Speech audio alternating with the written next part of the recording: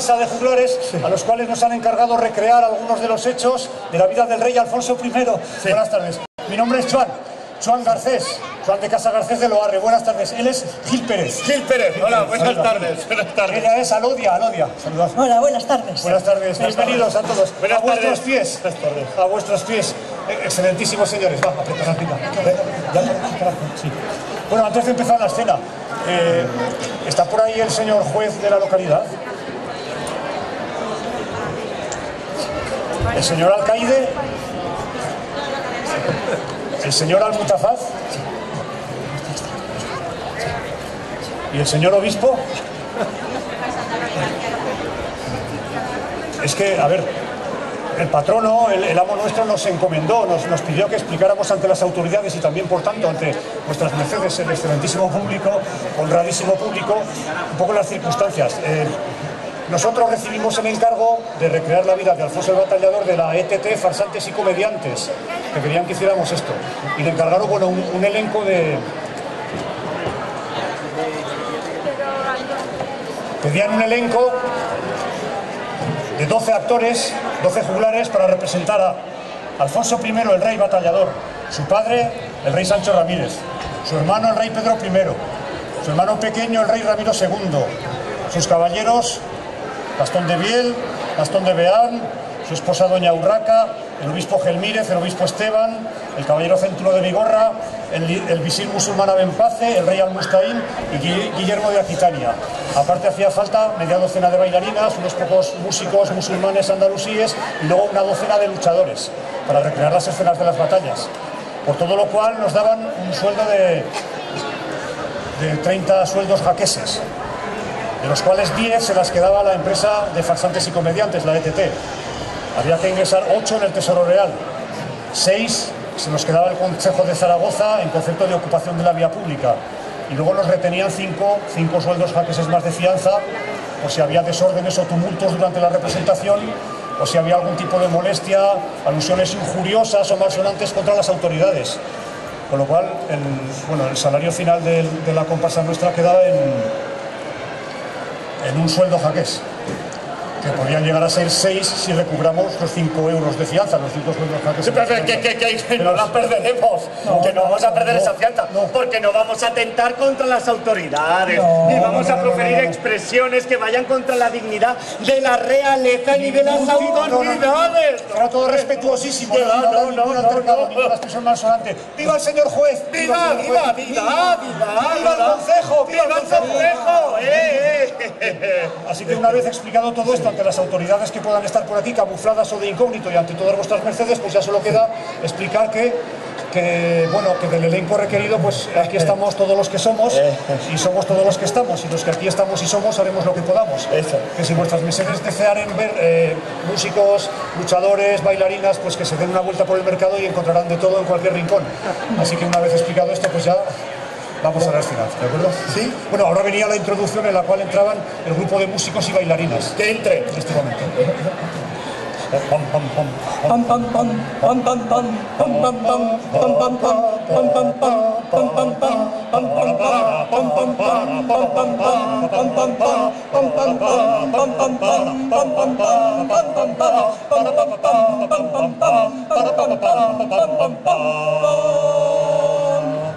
Esto es porque se vea la buena voluntad.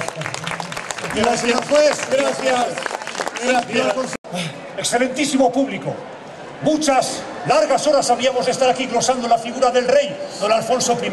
Aunque 1001 noches permaneciéramos aquí, glosándola y narrándola, no encontraríamos tiempo suficiente para evocar tamaña grandeza, tamaña naturaleza de tamaños hechos que él acaeció y afrontó. Sí. Por eso vamos a desglosar aquí los hechos más importantes de la vida de Alfonso el Batallador ante sus distinguidísimas, nobilísimas, excelentísimas personalidades. Sí, el señor del Consejo, autoridades, realeza, para que con su sapiencia sepan perdonar las torpezas de estos comediantes. ¡Viva el señor juez! ¡Viva el Consejo! ¡Viva! Basta ya, hombre. Basta ya de tanta babosería. A estos dos lo que les pasa es que tienen miedo de que si a vuestras mercedes no les gusta nuestra representación, el concejo se quede con los 5 sueldos de la fianza. Sí. Bueno, Pero para vamos eso a la no hace escena. falta ponerse así. Vamos a la escena, venga. Pam, pam, pam, pam, pam, pam, A la escena, a la escena, a la escena. A la escena. A la escena. Bien, comenzaremos con uno de los hechos más importantes de la vida de Alfonso el Batallador. Su primera gran empresa militar, cuando su padre Sancho Ramírez asedió la ciudad de Huesca para conquistársela a los musulmanes. Sus 2 hijos, Pedro y Alfonso, le acompañaban en esta batalla. Pero un infausto suceso acabó con las esperanzas del rey.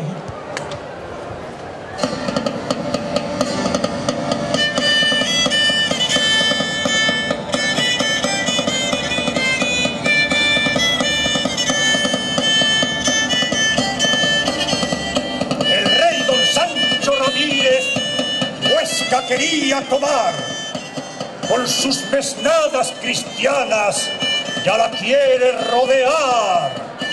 7 vueltas la rodean por ver si podrán entrar.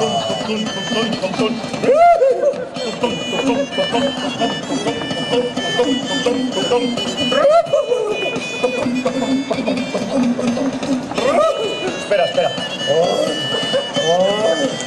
7 vueltas la rodean por ver si podrán entrar. Ya hemos hecho la... 7 vueltas.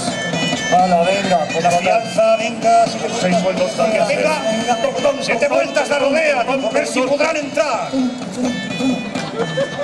A la 4ª vuelta, ellos iban a observar. Y rodeando la 5ª, comienzan a escudriñar. A vomitar. Y al cabo de las 7, un postigo van a hallar.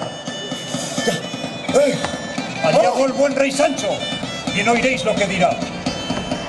En aquella grieta del muro, Huesca habremos de tomar. Levantó su fuerte brazo. A la muralla señala. Pero un arquero lo ha visto, y su arco va a templar. Lanza presto su saeta y al rey herido lo ha. Ya lo llevan a su tienda, apriesa y no de vagar, al rey don Sancho Ramírez, que moribundo se halla. Allí habló este buen rey y comenzó de hablar. Llamad al infante don Pedro, que la veis de coronar. Y llamad también a don Alfonso, que también le quiero hablar. Mi señor, mi señor. Y llamad a todos mis caballeros. Caballeros. A don Biel. Don Biel. Don Pero. Don Pero, venid. A Castán. Castán, venid, Castán.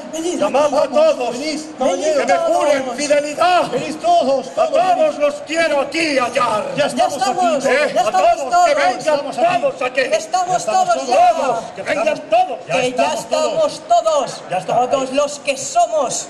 Y somos todos los que estamos. Que por un sueldo jaqués lo vamos a traer aquí a la Legión extranjera para hacer fiestas. Es que es lo que ponían los... Mira.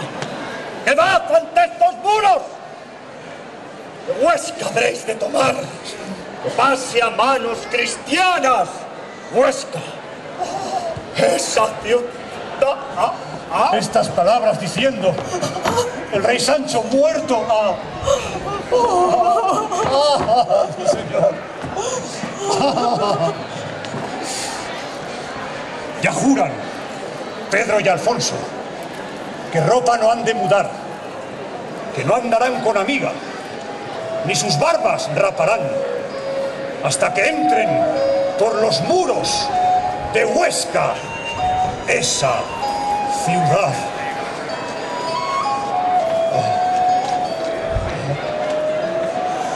En efecto, Pedro I terminó conquistando Huesca con la ayuda de su hermano Alfonso. Al poco tiempo, Pedro murió y Alfonso se convirtió en el rey de Aragón y de Pamplona. Alfonso era aguerrido y fogoso. Su única obsesión eran los hechos de armas. Solo en la batalla se sentía a gusto. Sí, los hechos de armas para Alfonso era lo más importante de su existencia, pero tenía que darle un heredero al trono de Aragón. Así que decidieron que se casara con Urraca, la heredera del reino de Castilla. Así Aragón y Castilla estaban unidas, pero, a decir de todas las crónicas, el matrimonio entre Alfonso y Urraca no iba todo lo bien que debería ir. Y sucedió que estando Alfonso de conquista militar en Galicia, murió el rey musulmán de Saracusta, la actual Zaragoza.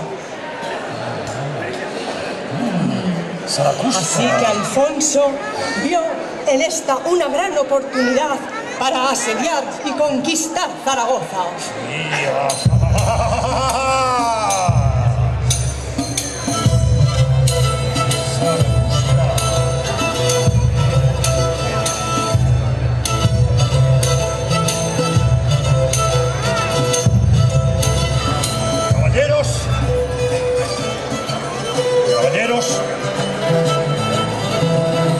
Caballeros, señores, muchachos, caballeros, amigos, chicos, chicos, troncos, tío,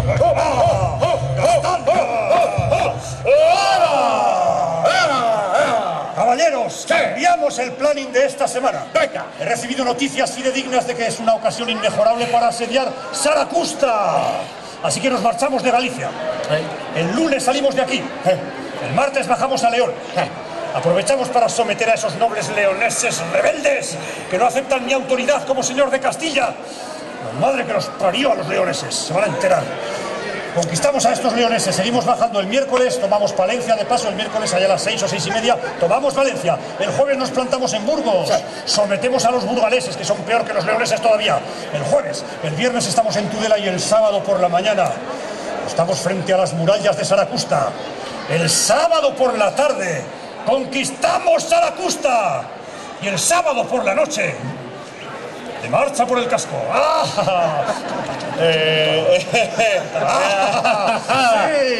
Mi señor, Decid, Castán, decid. quizá los leoneses os opongan más resistencia de lo que creéis. Bueno, pero Castán, siempre será mejor tener un planning, ¿no? Que sí, que yo no digo que no, pero a lo mejor nos cuesta más. Son muy aguerridos, como vuestra majestad acaba de decir. Y bueno, puede pasar cualquier imprevisto. Una tromba de agua, por ejemplo. Además, los caballos y las tropas necesitarán alguna jornada de descanso, majestad. No os reconozco, Castán, no os reconozco. En fin, bien, os haré caso. Lo que quiero es que os mentalicéis de que Saracusta es nuestro próximo objetivo, irrenunciable. Saracusta. Saracusta, esa hermosa ciudad del Valle del Ebro. Saracusta, en medio de un sitio fértil, una llave de comunicaciones. Esa ciudad a la que los iberos llamaron Salduye, los romanos llamaron César Augusta, los musulmanes han llamado Saracusta, y nosotros cuando la conquistemos llamaremos Saracusta, no. Remolinos. No. Farlete. No. Alcubierre. No, bueno, ya se verá. Bien, está situada, como decía, en medio del Valle del Ebro. Fue tomada por los musulmanes en el año 714. Hace ya de eso 300 no sé cuántos años. Ha de pasar a manos cristianas enseguida. Ya estoy viendo aquellos campos fértiles, feraces, regados por el Ebro, el Huerva, el Gállego, plantados de trigo, nuestras ovejas paciendo por allí, y esa ciudad Saracusta, cuyas plazas deben ser esplendorosas, sus monumentos, paseando todos por allí, por sus palacios, el tranvía que articula toda la ciudad, los barrios rurales con sus adosados. Ha de pasar a manos cristianas cuanto antes. Bien, ¿alguna pregunta, Castán? ¡No, majestad! ¿No? ¿Seguro? No, seguro que no. Esperad. ¿En qué año conquistaron Saracusta los musulmanes? Esta me la sé. En el 714, mi señor. Bien, Castán. ¿Cómo llamaron a Saracusta los iberos? Los iberos.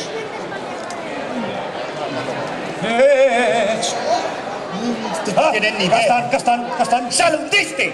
Salundisti. Castán, muy mal. Salduye, muy mal, Castán. El día de la batalla te quedarás en la retaguardia. No irás al frente. Te quedarás cocinando las coles para después de la batalla. No, mi señor. Sí, ala sí. Y ten cuidado, que la última vez te quedaron muy duras. Bien, Castán, había que preparar la estrategia de la batalla. Habrá que dar aviso a los cruzados franceses, ¿de Sí, acuerdo? están avisados. Sí, bien. Gastón, Céntulo y el conde de Poitiers. Muy bien, ¿y las tropas de Sobrarbe? Las avisaremos. Sí, bien. también los llamaremos. Pero Bermúdez no puede venir, que tiene descomposición de cuerpo. Ay, este Pero Bermúdez, siempre igual.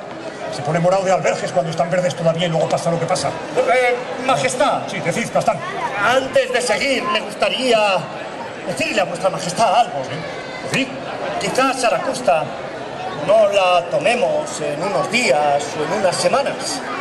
¿Vos creéis, Castán? Sí, es la ciudad más grande que ha osado asediar y conquistar, majestad. Cierto, Quizá cierto. nos cueste algo más, majestad. Decid. Quizá necesitemos la ayuda divina, majestad. Ayuda divina. Sí, Bien pensado, Castán. Sí, la ayuda divina siempre va muy bien en estas cosas. De hecho, cuando conquistamos Huesca con mi hermano el rey Pedro I, en la batalla de Alcoraz, dicen que apareció repentinamente San Jorge. San Jorge apareció por los cielos volando y se lanzó contra las tropas musulmanas con su caballo blanco, sembrando el pavor, el terror entre los musulmanes, lo cual ayudó grandemente en nuestra victoria, Castán. Sí. ¡qué increíble prodigio, majestad! ¡Qué increíble! Increíble. Y lo más increíble de todo, es que nadie lo vio. Porque yo no lo vi. Y mi hermano el rey Pedro tampoco. Y ninguno de los caballeros presentes en aquella batalla no comentó nada. Y el hecho era como para comentarlo. Parece ser que el único que lo vio fue un monje cronista, que además ni siquiera estaba en Huesca, estaba en San Juan de la Peña. Increíble. ¡Alfonso! Mi esposa Urraca graznando como de costumbre, pero ¿qué tipo se le habrá roto ahora? hombre. ¡Alfonso! Urraca. ¡Alfonso! Llevo media hora llamándote. Ay, dime, no te había escuchado. Dime, mi amor, dime. Ay, estaba pensando que hace mucho tiempo que no vamos a visitar a mi prima Sancha. Podíamos ir esta semana. ¿Esta semana? Sí. Ay, esta semana me viene fatal, Urraca, fatal. Esta semana no puedo porque es que salimos el lunes hacia Saracusta. ¿Hacia Saracusta? Sí. ¿Otra vez a Aragón? Sí, es que estoy planeando la conquista de Saracusta, Urraca. Sí. Alfonso, empiezo a estar más que harta, ¿eh? Cuando no son tus torneos, son tus batallas. ¿Es que acaso no pueden ir sin ti? Pero a ver, pichoncito, date cuenta de que soy el rey y estoy organizando las tropas, tengo que estar yo. Ay, siempre tienes alguna excusa. Y por favor, no me llames pichoncito. De acuerdo, Urraca. A ver. Alfonso, te quiero. Ay, yo también, Urraca, yo también. Te quiero en palacio en 5 minutos. Tenemos que hablar.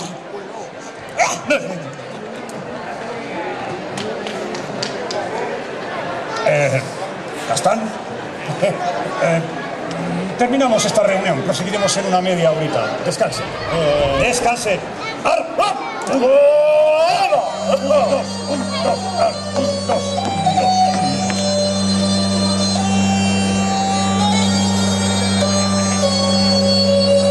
Tengo una fortaleza recientemente edificada cerca de Saracusta, dominando esta ciudad. La llamamos el Castellar. El Castellar. Es fuerte y bien guarnecida. Y Urraca está nerviosa. Está un tanto estresada. Recibe muchas presiones de los nobles castellanos, leoneses, los clérigos, los prelados gallegos, que no me aceptan como rey y le presionan a ella como castellana. Así que estaría bien, tal vez, por su propio bienestar, por su relax, que se retirara unos días a la fortaleza del Castellar. Allí estaría segura. No tendría comunicación ni contacto con nadie. Y quien dice unos días dice unas semanas. Y quien dice retirada dice recluida. Y quien dice recluida dice incomunicada, y tal vez serán unos meses. Y quien dice incomunicada dice atada y amordazada. Y si no se da cuenta de que es por su propio bien, yo sabré hacerle ver que es por su propio bien. y que venga algún fiscal de género a llevarme la contraria.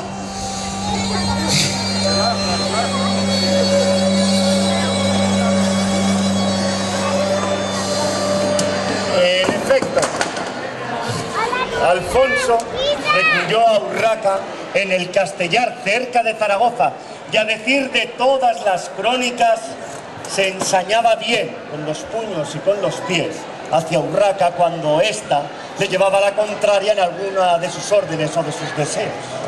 Así fue como el matrimonio se disolvió. El mismo Papa firmó la sentencia para la nulidad, alegando que los esposos eran parientes lejanos.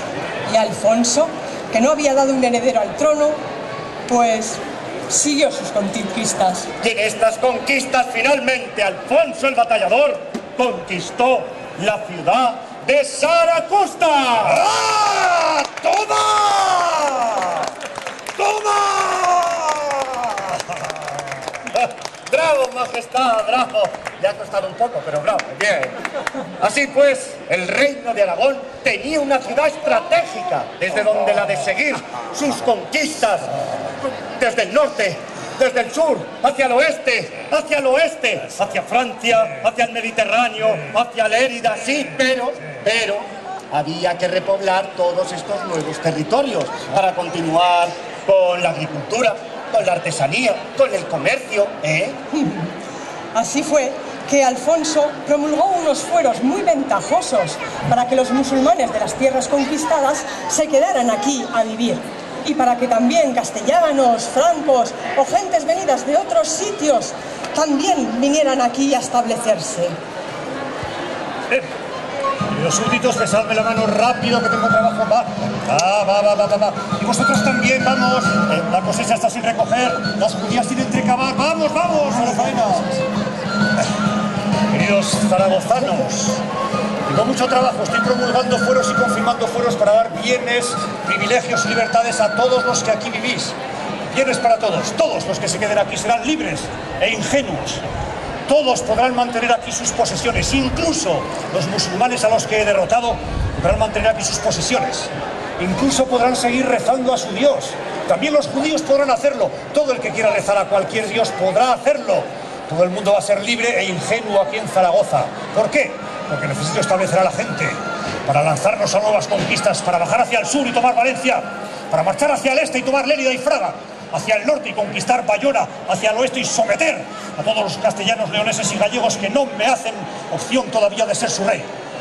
De manera que estoy promulgando un... Pero no os penséis que estoy de campaña militar ahora. No. Ahora no estoy con las batallas, estoy con otro trabajo de igual importancia, menos vistoso, pero de igual importancia. Estoy con el trabajo psicológico, que es muy importante. Porque me dicen mis consejeros, mis asesores, que no basta con ser un reino poderoso. Es muy importante tener fe en uno mismo, tener conciencia de la propia valía. Y los aragoneses, muchos aragoneses, todavía piensan que el reino de Aragón son 4 aldeas en el Pirineo, 4 aldeas rodeadas por los musulmanes. Y eso ya no es así. Somos un reino poderoso, pero necesitamos esa fe, ese conocernos a nosotros, ese valorarnos a nosotros. Ahora, no solamente hace falta ser un adalid, un general, un jefe militar, no. Ahora hace falta ser un coach.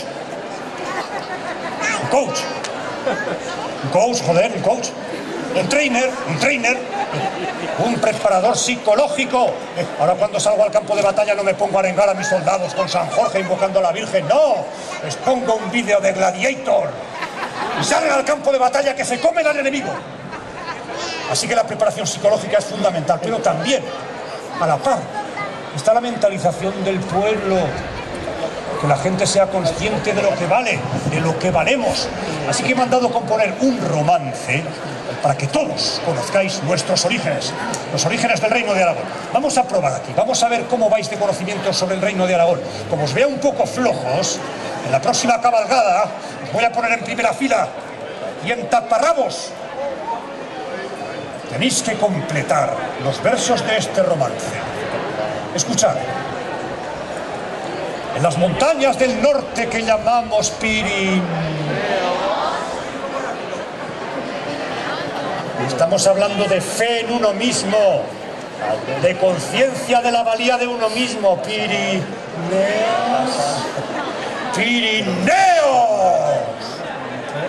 En las montañas del norte que llamamos Pirineos.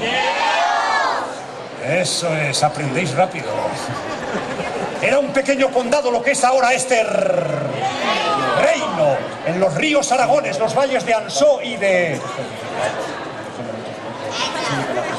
hecho, un puñado de cristianos de los moros se escondieron.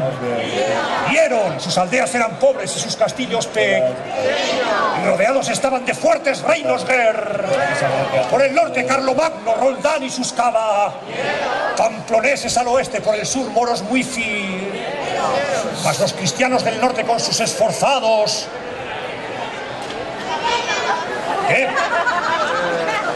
¿Qué? Más los cristianos del norte con sus esforzados... ¡Madre! ¡Caballeros! ¿Quién ha dicho caballeros? Cuenta las sílabas. Esforzados caballeros. Dos sílabas de más, ¿no? Bueno, esto era difícil. Más los cristianos del norte con sus esforzados hechos. Hombre, no era tan difícil. Más los cristianos del norte con sus esforzados... Más regiones conquistaron, más ciudades construyeron. Mis señores escuchantes, ya nacía un nuevo. Porque todas estas tierras, estos valles, por Sobrarbe y Ribagorza, los valles de Ansó y la Caral de Verdún y los ricos monas de Fuenfría y de la Peña, todas tierras ya se unen. Y fue el noble don Ramiro de Aragón, el rey don Ramiro y Yayo.